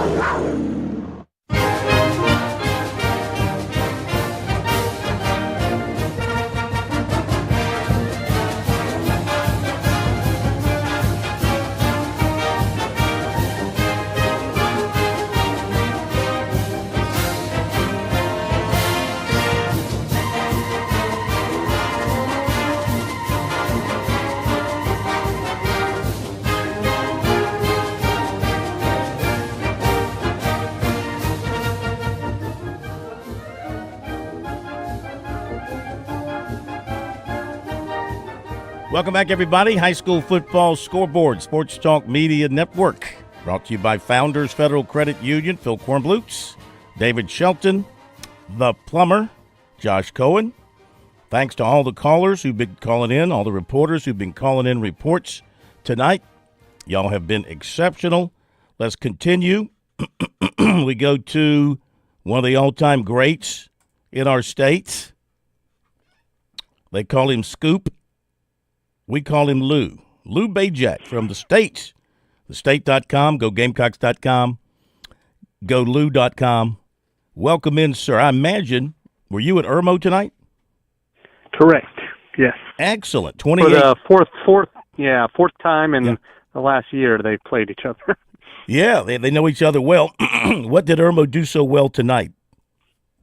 Well, they kept their composure after they jumped out 14-0. They scored 14 points in the first 3 minutes, but that was the score at halftime. But then White Knoll scored on their first possession. Irmo had a bunch of penalties on that opening drive, and then they fumbled the ensuing kickoff. White Knoll scores, and then the next possession, Irmo throws an interception, so White Knoll has all the momentum. They held White Knoll to a field goal attempt, and he missed. And then Amir White was able to break two big runs on the next possession, and then they did a reverse pass near the goal line. Malik Miller hit Jay Eady, made it 21-14. Teams kind of traded turnovers there, and then Irmo was able to score with about 3 minutes left to hold on, to pull away at the end. It was a good ball game, definitely a hard-fought game on both sides. Good fight by White Knoll, and Irmo gets to go to the Division II 5A Lower State Championship. They'll host Berkeley next week. All right, got David with us. Excuse me. Got David with us. Of course, he knows Berkeley extremely well. So, David, you and Lou chop it up between Berkeley and Irmo for a moment here. You go ahead, David. How do you see the matchup? And then, Lou, you can give us your take from your vantage point.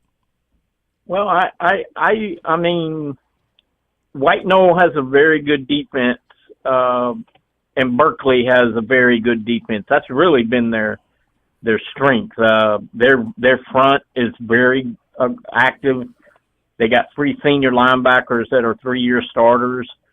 So defensively they have come light years in the last 2 years. So, they're running the football very well. Not having as much success throwing the ball, but I mean, it's going to be a tough challenge. There's no doubt. But if you can go to Irmo this late in the year and find a way to win, then you've done something. But I mean, Irmo is Irmo, and no surprise that they're here. I mean, everybody from August was pointing to Irmo Northwestern rematch, and we're pretty close to that. We'll see if we get it. Lou, how do you see it? Yeah, and I know I got to see, the only time I saw Berkeley, I saw that 7-on-7. I really like Henry Rivers and their passing game. And, Irmo, their strength up front, big offensive line. They're missing Bryson Moore, one of their tackles, the opposite on side of Carson. I think he was in a car accident. He missed tonight. Hopefully they comes back next week. I think Trey Dobson has gotten better as the season going on at quarterback, but I think they need to run the ball with White. He runs really well downhill, and the Miller brothers, Malik and Corey, they made some big plays tonight, and they get the ball in their hands. Good things happen, and they know that defense. Jaden Bryan's a handful, Major Taylor, those guys, and Jamar Grissett had a huge game tonight. I think he picked off 3 passes tonight, and one of them was pretty big. So, yeah, I think it's going to be a great ball game. 2 teams. Berkeley, it's been a little bit since they've been to this point, and Irmo wants to get back. They've been chomping at the bit to wanting to get back to that state championship for the 2nd straight year. Did the crowd tonight match what they had out there for the Dutch Fork game? No. No, it did not. But it didn't. But they'll come next week. And White Knoll brought a good group. They were like I said, they were loud when they that run in that 3rd quarter. But yeah, it was a good crowd, and it was definitely a good game. And Aaron Brand, after playing these guys 4 times within the last year, he's like, I don't want to see him anymore. But that won't be the case. They'll be probably in the same region for next year's realignment. So yeah. You pick up any recruiting scuttlebutt from the Irmo guys who might be visiting anywhere this weekend? I did talk to Malik Miller. Malik Miller's going to Virginia Tech. I think Corey's going to USC. I think the other guys, they might be going to USC. Jaden Bryan, I think he had LSU gloves on and a Tennessee hat. So he was like, and I think the game before, when I was at the Dutch Fork game a couple weeks ago, he had a USC shirt on. Yeah. So it's I think they're enjoying their time. They've been going almost every weekend. Him and Carson to different spots. So yeah, I think summertime is what they're shooting for. Yeah. For an announcement. Lou, thank you, my friend. Great job as always. Read about your stuff in the state newspaper, thestate.com. Go Gamecocks.com as well. Thank you. Have a great weekend, and we'll see you and talk to you next week. Appreciate it, guys. Yeah. Happy Thanksgiving to you. Have a great have great turkey there, Lou. Have some great turkey. Okay. Nathan Martin joining us now to tell us about the Camden game tonight, and another heck of a game. One of the top games tonight. Camden falls to Westside 24-21 in overtime. Nathan, thank you for joining us.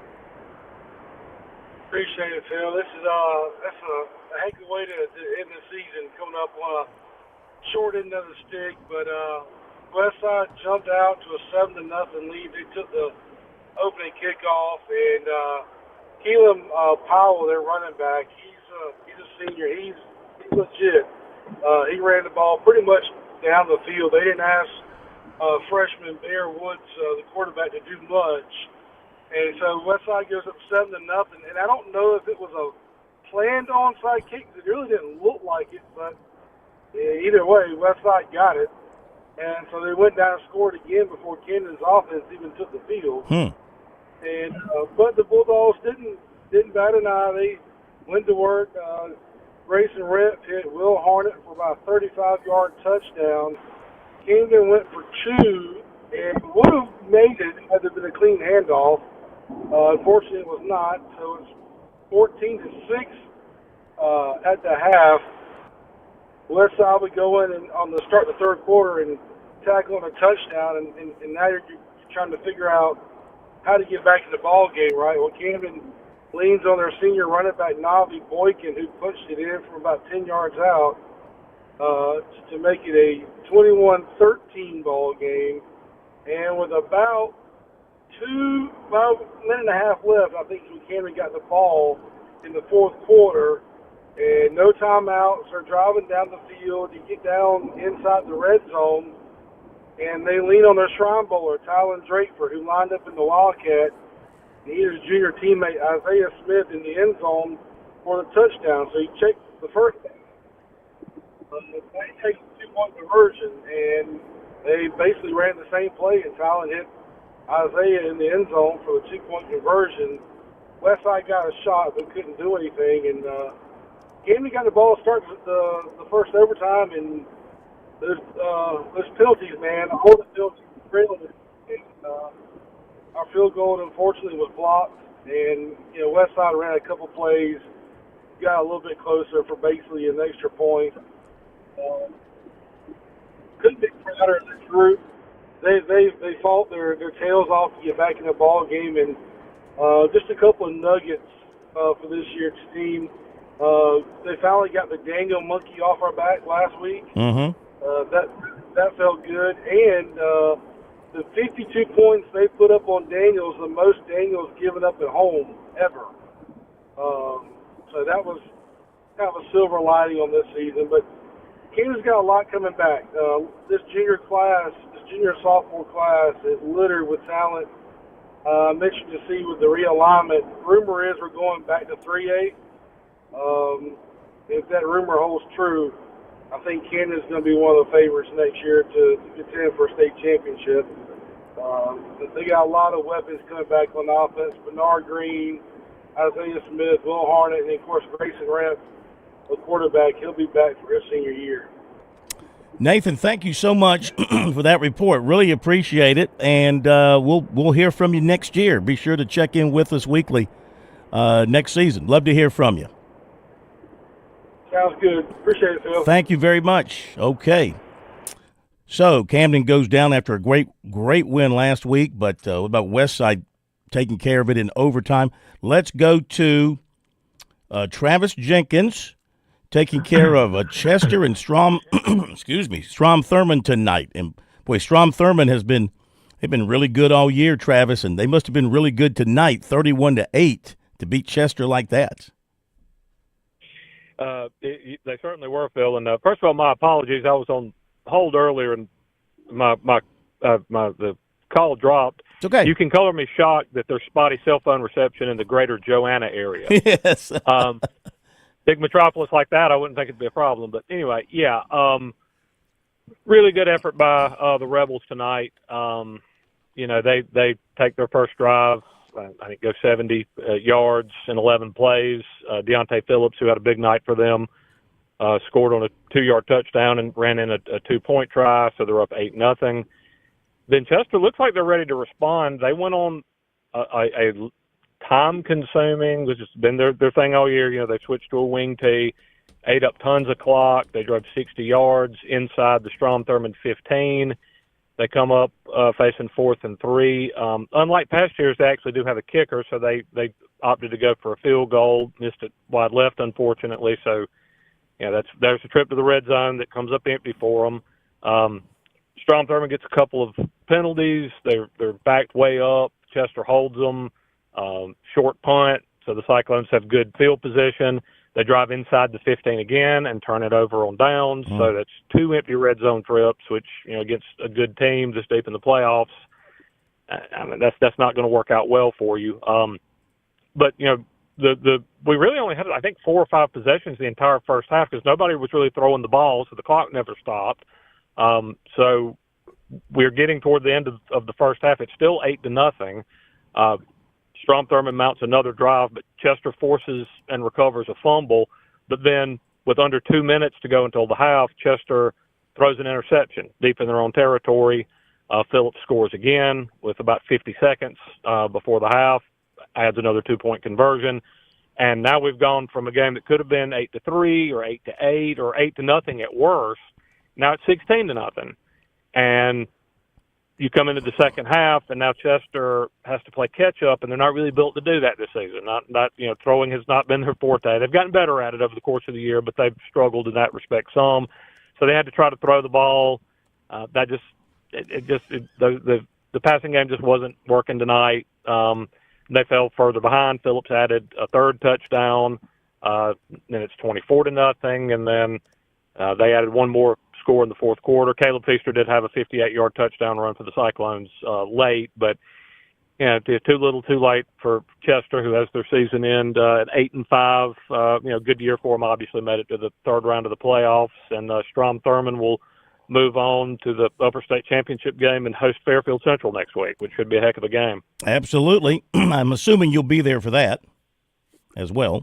I will actually be at Louisville Lamar next week. Okay, that's another good one. Well, we'll hear from you next week, wherever you happen to be.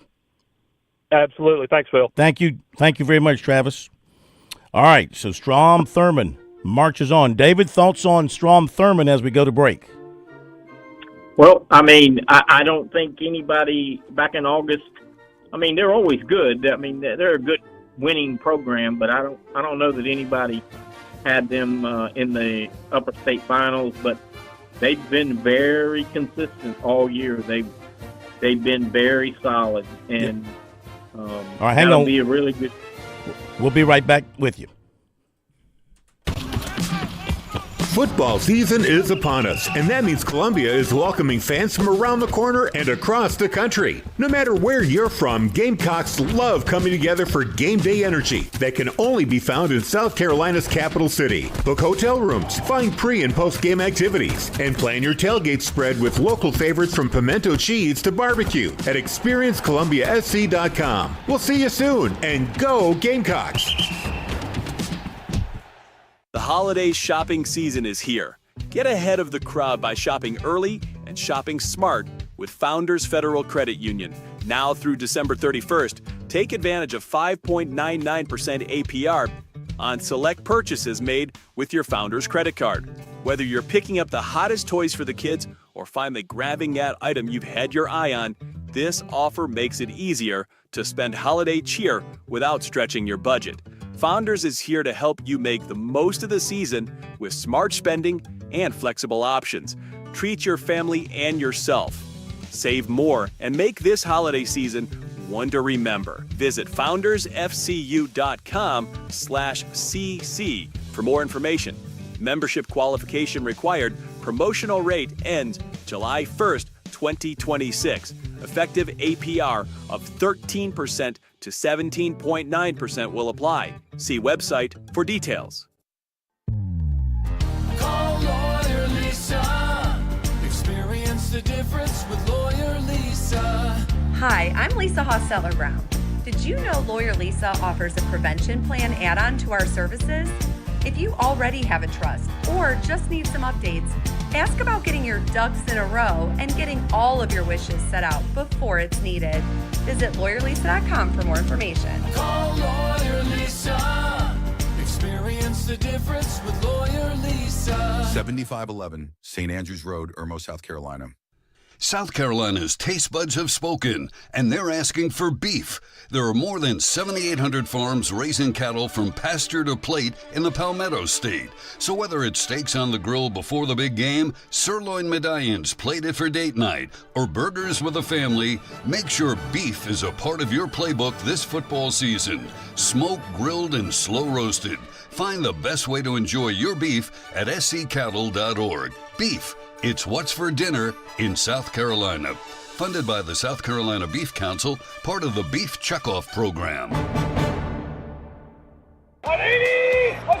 Many of South Carolina's top high school seniors meet in one unforgettable showdown in Myrtle Beach. It's the 78th annual Touchstone Energy Cooperatives Bowl. Hi, I'm Phil Kornbluth. Join me Saturday, December 13th at noon, live on your Sports Talk Media Network affiliate and streaming on all of our social media channels. Don't miss the pride, the passion, and the tradition of the Touchstone Energy Bowl, powered by your local Touchstone Energy Cooperatives. Get your tickets now at touchstoneenergybowl.com.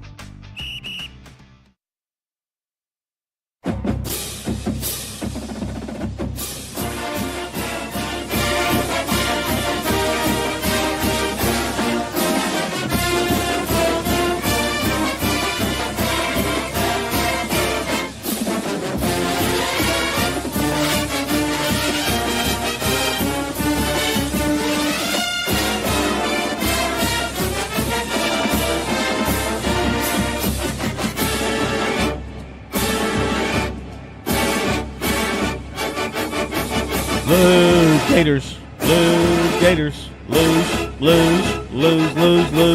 Gators. Lose, Gators. All right. Enough fun at Florida's expense. Nobody wants to coach that team. Can't give that. Coach Scott Early might take the Florida job if you ask him nicely. Let's welcome in Coach Scott Early, Executive Director, South Carolina Athletic Coaches Association, who's been watching a lot of different stuff around high school football tonight. And it's great to have you with us this late hour. We appreciate it. And what have you taken away from tonight, the things happening on the gridiron around the state? It's kind of like, I don't know, trickle down theory, because, you know, the parity, all the bad things about college football, the NIL and the money and all the stuff that's going on, the parity is unbelievable. And then at high school, you know, I mean, you can sort of take out Dutch Fork, and it's really, you know, to see what Oceanside, this is a lot of intriguing stuff going on. So I think it's very entertaining. I think it's, you know, because people want to pick on like all the bad stuff. I think we got a lot of good stuff going on in high school football. Yeah, some great games tonight. I mean, your old team, Westside, going to play for an upper state championship next week. Could you with a freshman quarterback? Yeah, did you see this kind of coming together for this group? Well, I mean, you know, Brian's he coached Willie Varner, but I mean, it's sort of the same philosophy. Like, it's crazy how high school football only matters with the region, the way things are set up. So why not, you know, college teams get the money game and it makes them better for when they go back to the SoCon or same concept. Like, play the best and figure out who you are and what you are, and then go play the games that matter. So yeah, that's a good story. But, you know, traveling to South Point next week, I mean, they are elite athletically. So yeah. Yeah, their quarterback, Jazavion Currents, who's going to be a DB at South Carolina, he ran for 3 and he threw for 2 more. Let me ask you this. We see a lot of familiar names who'll be playing for championships, upper and lower state championships, you know, some of the usuals like your Somervilles and your Dutch Forks and your Dormans and Blue Bloods, yeah. Then there's Indian Land. There's Indian Land. I mean, how does it make you feel as a longtime coach and now you're over the association to see a team like Indian Land still playing on Thanksgiving? Well, it's you know, it's a bedroom community of Charlotte, and the school district's booming, and now they're opening Lake Wiley, and yeah, so they have more access to more great athletes and great families and great parents and so it's an interesting dynamic. Let's say it that way. And the community, the school there, they've really kind of thrown their support behind the football program. Well, I mean, it's right on the outskirts of Football USA. So yeah, like it. I mean, look what Northwestern's doing, and you know, Rock Hill is sort of coming back, and South Point is athletic, and they look collegiate when you watch them on film. And yeah, I mean, football kind of recycles itself. The wishbones come back in a different format and the spread, and it's innovative, but tradition don't graduate. So, yeah. David Shelton, you got a question for the coach? Something about he would take the Florida job, but I don't think Scott is prepared to take a pay cut. So I don't. You want to talk? Hold up. You want to talk about the Florida job? So it's interesting to me that after the Egg Bowl, there's a press conference scheduled where we're going to get the truth. Spurrier's his hero. It's not even a mystery anymore. So go to the next topic. Yeah, I got you. Well, you can go to Ole Miss. Who? You can go to Ole Miss if you want. You. If I was offered any job in the country, I'd go to Gaffney. Keep going. Go to Gaffney? I hear you. Yeah, that's I tell you, that game tonight between Gaffney and Northwestern, I saw a score where Northwestern was up by like 3 touchdowns, and then I saw the final, and I went, wow. Kelly and I were in Columbia speaking to the volleyball all-star game, like same thing as Touchdown Energy Bowls, great. We were coming back, late listening to that, and it was like, wow. But it got interesting early, but yeah. Well, there's going to be some great games next week. There really is. There's going to be some intriguing games next week. Are you going to get to one? You getting to one, Coach? I'm actually going to be in Tulsa, Oklahoma. For I'm going to be like Tulsa King. I'm Tulsa King next Tulsa week. King. God, that's my favorite show. Say hello to Sly for me. You and Sly. You like that better than Landman? Well, I love Yes, Landman. I do. Love Landman. Yes. Okay. I like Landman. It's good. All right, we're going to wrap, and we're going to get you back on with us the night of the state championship games on that Friday night like we do. We'll chop it up late again, so make plans. Get some rest. Yeah, I'll be around. All right. Thank y'all, man. Thank you very much. hey, y'all have a great Thanksgiving. You too. You too. You big turkey? Yes, sir. You big turkey? All right. Gobble, hey, David Shelton, you have a great Thanksgiving, my friend. I'm glad that you'll be enjoying that, and then we'll get together next Friday. Yeah, I'm glad to be enjoying a Thanksgiving. You got macaroni that right. and cheese. Here we come. That'll make you feel good. And thank you, Plummer, and thanks to everybody who was with us tonight. Have a great weekend.